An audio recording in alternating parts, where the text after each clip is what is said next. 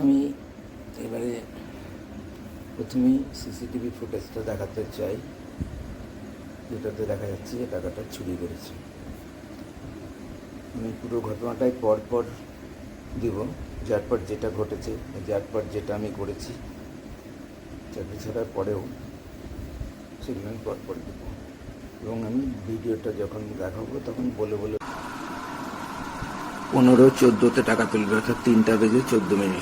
ওপরে ডান দিকে দেখা যাচ্ছে যে সময়, তারপর বাঁ দিকে ডেট 5/6/2018। এই ছেলেটা সেদিন ওর সঙ্গে হিসাবে এসেছিল, ওকে কাউন্টার পার্টটা দিয়েছি। যে টাকাটা যে তুললো সে বেরিয়ে গেছে 5-7 মিনিট পর। এর টাকাটা তোলার পরেই বেরিয়ে গেছে, কিন্তু হয়তো বাইরে ছিল, কারণ এই লাল টি শার্ট পরে ছেলেটা বারবার বাইরে যাচ্ছিল আর ঢুকছিল অনেকবার, সেটা দেখাবো।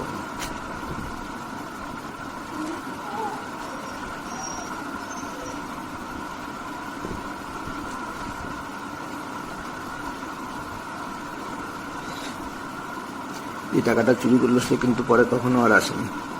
প্রথম দিন দেখা হয়েছিল, এসেছিল এবং সে বুকটুক চাপড়ে বলেছিল আমাকে কেউ কিছু করতে পারবে না।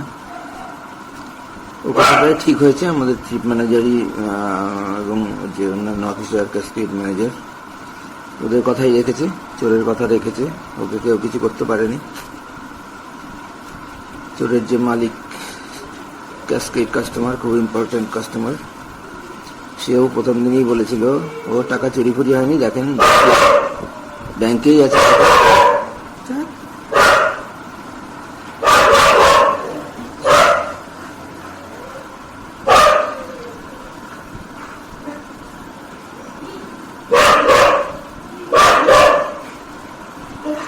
চুরি টুরি হয়নি, ব্যাংকেই আছে দেখেন।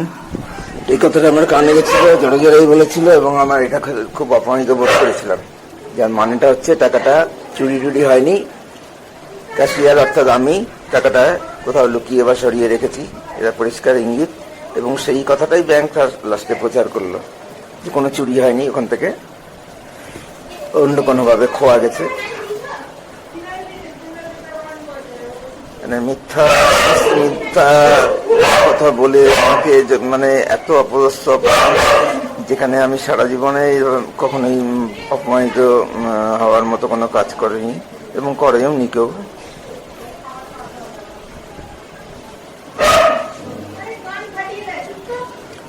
সালে মালদা বেঞ্চে ফিরে পর থেকে আবার শুরু হয়েছে।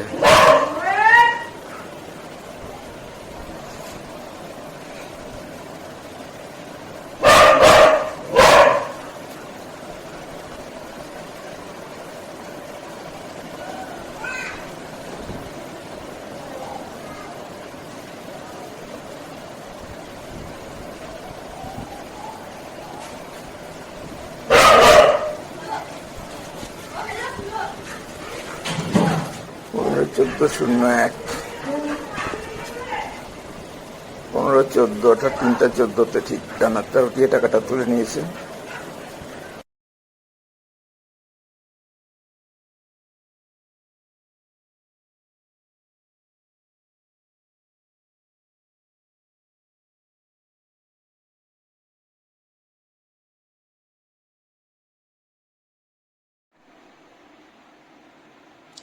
পনেরো 14 হাত ঢোকাবে।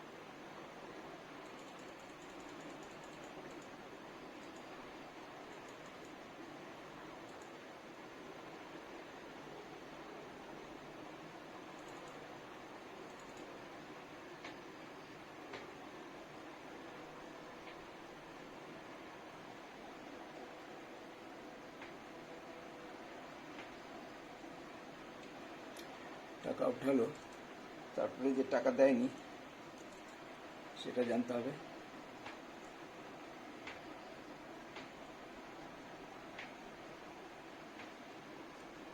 ট্রেটা নিয়ে গেল ভেতরের ছেলেটা, ক্যাশবোর্ডের ক্যাশিয়ার। এর মাঝখানে আর টাকা দেয়নি।